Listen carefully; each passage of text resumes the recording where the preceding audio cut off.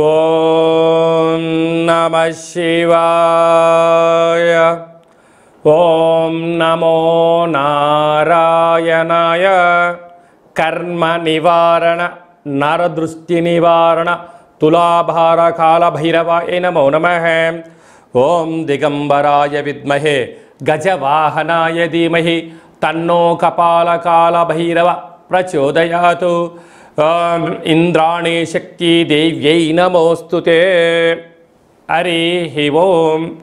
మా ఛానల్కి స్వాగతం. చూస్తున్న వీక్షకులకు ప్రేక్షకులకు ప్రియ కాల భైరవ భగవద్బంధువులకి స్వాగతం పలుకుతూ మమ్మల్ని ఎంతగానో ఆదరిస్తూ ఉండబడినటువంటి ప్రియ సోదర సోదరీమణులకు సనాతన ధర్మ సంరక్షకులకు జ్యోతిష్య అభిమానులకు గురువుల యొక్క ఆశీస్సులు అందరిపైన ఉండాలని అందరికీ శ్రీ కపాల కాళ భైరవ స్వామి ఆశీర్వాదాల చేత అందరూ నిండు నూరేళ్ల ఆయురారోగ్యాల చేత విద్యార్థులకు విద్య, ఉద్యోగస్తులకు వ్యాపారస్తులకు వ్యాపార ఆకర్షణ, ధనాకర్షణ కలిగి ఎవరికి ఎలాంటి కష్టాలు లేకుండా ఐశ్వర్యాన్ని, ఆనందాన్ని, కష్టపడే తత్వాన్ని ప్రసాదించాలని కాళభైరవ స్వామిని కోరుకుందాం. 16/7/2024 నుండి 31/7/2024 వరకు పుట్టినటువంటి వారందరికీ కూడా ముందస్తుగా జన్మదిన శుభాకాంక్షలు. గతంలో వివాహం చేసుకున్న వారికి వివాహ వార్షికోత్సవ శుభాకాంక్షలు. ద్వాదశ రాశుల్లో గ్రహ గమనాల్ని వీక్షింపచేద్దాం. వృషభ రాశిలో కుజుడు మరియు దేవగురు బృహస్పతి సంచార స్థితి. కర్కాటక రాశిలో రవి బుధ సంచార స్థితితో బుధాదిత్య రాజయోగం మరియు శుక్రుడు అక్కడే సంచార స్థితి. కన్యరాశిలో కేతు సంచార స్థితి. కుంభరాశిలో శని భగవానుడు స్వక్షేత్ర వక్ర గమన సంచార స్థితి. మీనరాశిలో రాహు సంచార స్థితిలో ద్వాదశ రాశుల్లో గ్రహ గమనాలు ఈ విధంగా ఉన్నాయి. వీక్షకులకు ప్రేక్షకులకు అందరికీ కూడా తొలి ఏకాదశి పండగ శుభాకాంక్షలు. అలాగనే మనకు ఆషాఢ మాస ప్రారంభము. ఆషాఢం అనగానే హైదరాబాద్ అనగానే ఆషాఢం అని గుర్తొస్తుంది. ఎందుకనగా మనమందరము కూడా ఇంటిని శుద్ధి పెట్టుకొని వేపాకులతో మామిడాకులతో ఇల్లంతా చక్కబెట్టుకొని అమ్మవారికి బోనమెత్తుకొని అమ్మవారి యొక్క ఆశీస్సులు పొందుతాం. ఎందుకనగా మనకు చర్మ వ్యాధులు కానీ, అంటువ్యాధులు కానీ, మచూసి లాంటి వ్యాధులు రాకుండా ఉండడం కోసము గ్రామము అంతా, వీధి అంతా, తెలంగాణ రాష్ట్రం అంతా కూడా వేపాకులతో పసుపు నీళ్ళను చల్లడం వలన అంటువ్యాధులు రావు. అలాగనే మన భారతదేశ సాంప్రదాయంలో మన పండగలకు ఒక్కొక్క దానికి ఒక్కొక్క రకమైన ప్రత్యేకత ఉంటుంది. బోనం అనగానే మనకు అమ్మవారికి సేవ చేసుకోవడం, ముక్కులు చెల్లించుకోవడం, ఆడపడుచులను పిలుచుకోవడం, వారికి చీరలు సారెలు పెట్టడం, అమ్మవారిని మనమందరము కూడా మన ఇంటి ఆడపడుచుగా భావించడం జరుగుతుంది. పోతురాజులు అందరూ కూడా స్వామివారి యొక్క అమ్మవారి యొక్క సేవలో నిమగ్నమై ఉండడం జరుగుతుంటుంది. కనుక మనమందరం కూడా అమ్మవారి సేవ చేద్దాం, అమ్మవారి యొక్క ఆశీస్సులు పొందుతాం. మన సనాతన సాంప్రదాయాల్ని భావితరాలకు అందించే మానవ ప్రయత్నం చేద్దాం.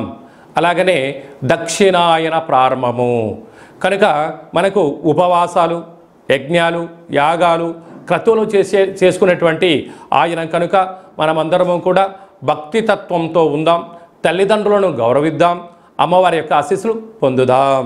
తులారాశి వారు ఆషాఢమాస పూర్ణిమ అష్టమి సందర్భంగా ఎలాంటి విధి విధానాలు పాటించడం వలన ఐశ్వర్యానికి, ఆనందానికి, విదేశయానానికి, అద్భుత రాజయోగానికి స్వాగతం పలుకుతారో ఈ వీడియోలో సవివరంగా సంపూర్ణంగా తెలుసుకుందాం.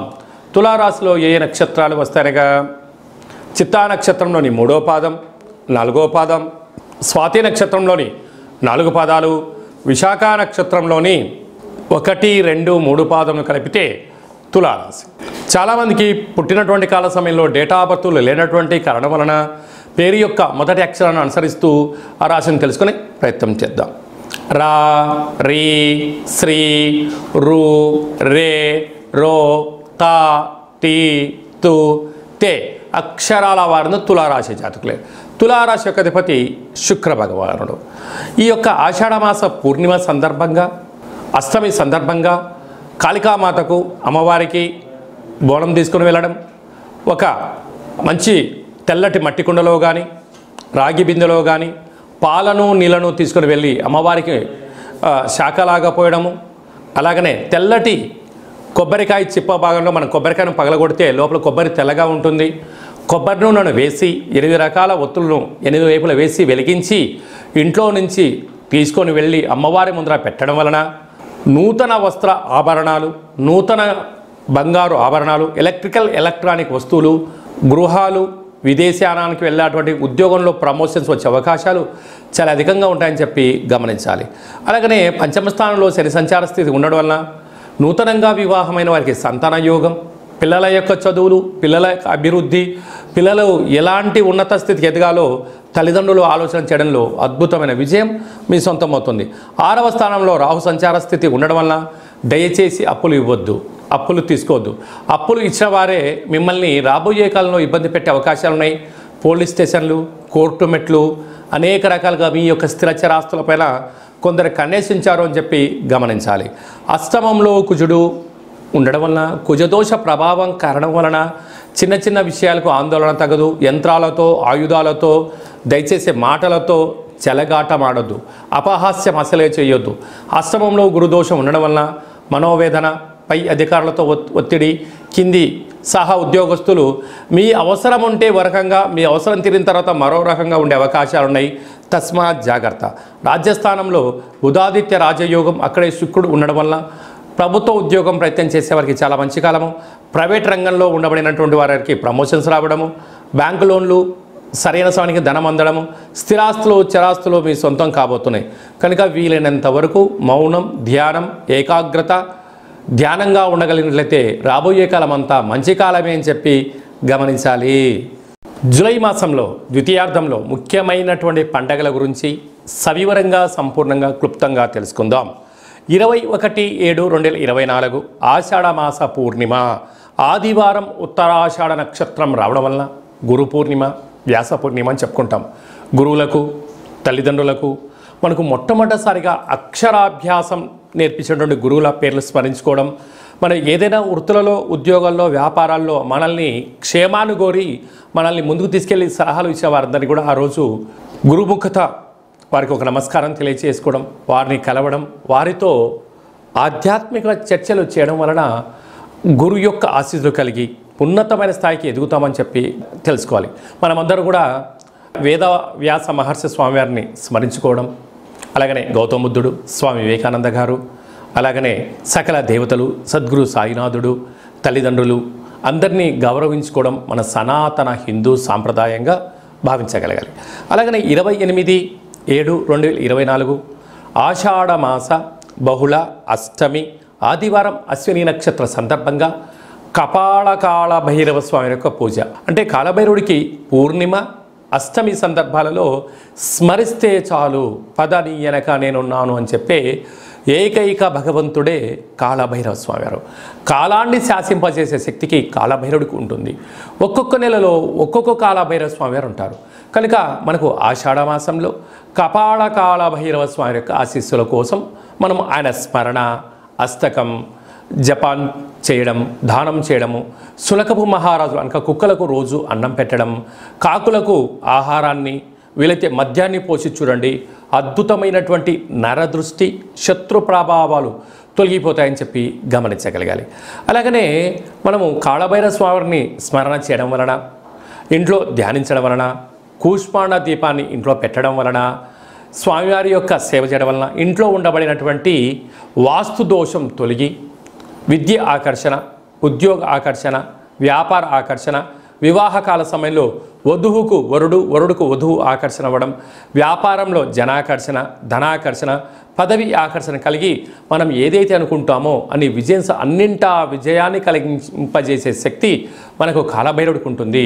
అలాగే మీకు చేసుకోవడానికి కుదరకపోతే ఈ కింది నెంబర్ సంప్రదించినట్లయితే, మీ గోత్రనామాలను పంపించగలిగినట్లయితే కాళభైరవ స్వామి యొక్క హోమ కార్యక్రమాన్ని వాట్సాప్ కాల్ ద్వారా ప్రత్యక్ష ప్రసారాన్ని కూడా చూపించడం జరుగుతుంది.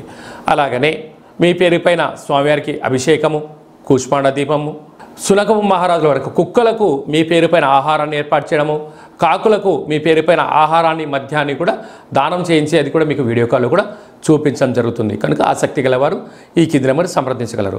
ఇంకనూ మనం విజయం సాధించగలగాలి అన్నట్లయితే ఈ యొక్క పాత్ర కంచు పాత్ర అంటారు. అంటే మనకు రాసులు 12 ఎలా ఉంటాయో 12 రాసులను ఇందులో అచ్చు వేయడం జరుగుతుంటుంది. ఈ పాత్రను మనం ఇంట్లో పెట్టుకొని ప్రతిరోజు ఉదయం పూజ చేసిన తదనంతరము మనసులో మనము చిన్నపాటి కోరికను కోరుకొని ఇలాగా శబ్దం చేసినట్లయితే ఓంకార శబ్దం రావడం జరుగుతుంటుంది.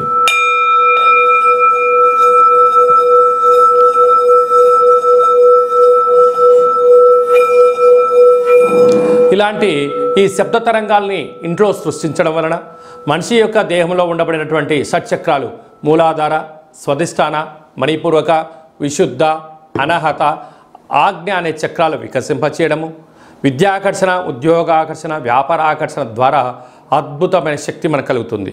అలాగనే తంత్ర ప్రయోగాలు కానీ, తాంత్రిక ప్రయోగాలు కానీ, దుష్ట ప్రయోగాలు కానీ, నరదృష్టి యొక్క దోషాలు తొలగిపోతాయని చెప్పి గమనించాలి.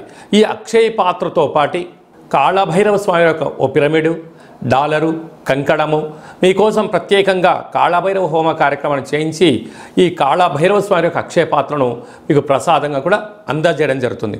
ఆసక్తి కలవారు ఇంటింటా కాళభైరవం అనేటువంటి కార్యక్రమంలో మనమందరము కూడా అక్షయ పాత్రను గృహంలో ఉంచుకుందాం. అష్ట కష్టాలకు స్వస్తి పలుకుదాం. అష్ట ఐశ్వర్యాలకు మహాలక్ష్మీదేవి స్వరూపానికి స్వాగతం పలుకుదాం. అలాగనే మన వ్యక్తిగత జాతకం తెలుసుకోవాలనుకుంటున్నారా? మీ యొక్క పేరు, పుట్టినటువంటి తేదీ, నెల, సంవత్సరం, సమయాన్ని వ్రాసి మీరు వాట్సాప్లో పంపించగలిగినట్లయితే సంపూర్ణ 100 సంవత్సరాల జాతకాన్ని రాసి పంపించి మీరు పుట్టినప్పుడు గ్రహ గమనాలు ఎలా ఉన్నాయి, ప్రస్తుతం ఎలా ఉన్నాయి, రాబోయే కాలంలో ఎలా ఉండబోతుందో సవివరంగా సంపూర్ణంగా తెలియజేయడం జరుగుతుంది. చాలామందికి పుట్టినటువంటి కాల సమయంలో డేటా బర్తులు లేనటువంటి వారికి మీ పేరు యొక్క మొదటి అక్షరాన్ని అనుసరిస్తూ రాశి యొక్క గ్రహ గమనాలను తెలియచేస్తూ కాళభైరవ ఉపాసన చేత రమణ శాస్త్రం ద్వారా అనగా గవ్వల ద్వారా భూత, భవిష్యత్, వర్తమానాన్ని తెలియజేయడం జరుగుతుంది. అలాగనే మీ అబ్బాయి కానీ అమ్మాయి కానీ ఎంత చదివినా చదవని మీరు పుస్తకాలు కొనిచ్చా, ల్యాప్టాప్లు కొనిచ్చా సక్రమంగా చదవడం లేదా? పుస్తకంలో ఉండబడినది మన పిల్లల యొక్క మస్తకంలోకి రావడం లేదా? వారి యొక్క జాతకంలో గ్రహ గమనాలు ఏం చెప్తున్నాయి? వాళ్ళు ఎందుకు విద్యపైన ఆసక్తి చూపించట్లేదు, క్రీడలపైన చూపిస్తున్నారు, ఆన్లైన్ గేమ్ పైన ఎందుకు చూపిస్తున్నారు అనేటువంటిది తెలుసుకొని మీరు ప్రవర్తించగలిగినట్లయితే మీ పిల్లలను ఉన్నత ఉజ్వల భవిష్యత్తుకు మీరు స్వీకారం చుట్టగలరు అని చెప్పి గమనించాలి. కనుక వారి యొక్క జాతకంలో ఏం సూచిస్తుంది, ఏం చేసుకుంటే వారు మంచి చదువుకుంటారు అని చెప్పి తెలియజేయడం జరుగుతుంది. మీ అమ్మాయి కానీ అబ్బాయి కానీ వివాహ ప్రయత్నం చేస్తే అవ్వడం లేదా? ఎందుకు అవ్వడం లేదు?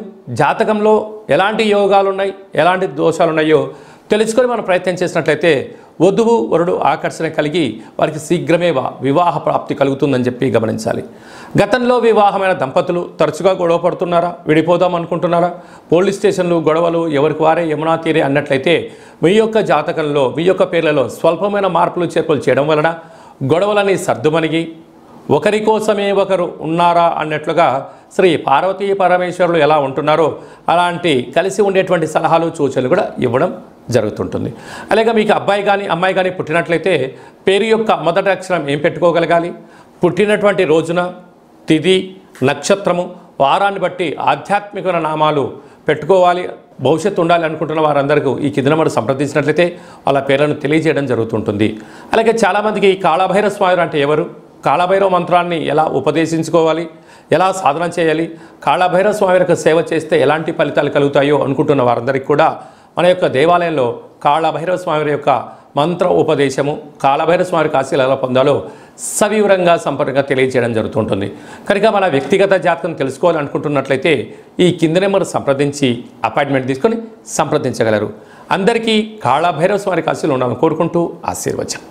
ఓం శతమానం భవతి శతాయు పురుష సతేంద్రియ ఆయుష్యేవేంద్రియే ప్రతిష్టతి ధనం ధాన్యం బహుపుత్రలాభం శత సంవత్సరం దీర్ఘమాయు సర్వే జనా సుఖినో భవంతు లోకా సమస్తా సుఖినో భవంతు సర్వం కాళభైరవ దేవతార్పణమస్తు. హరి ఓం.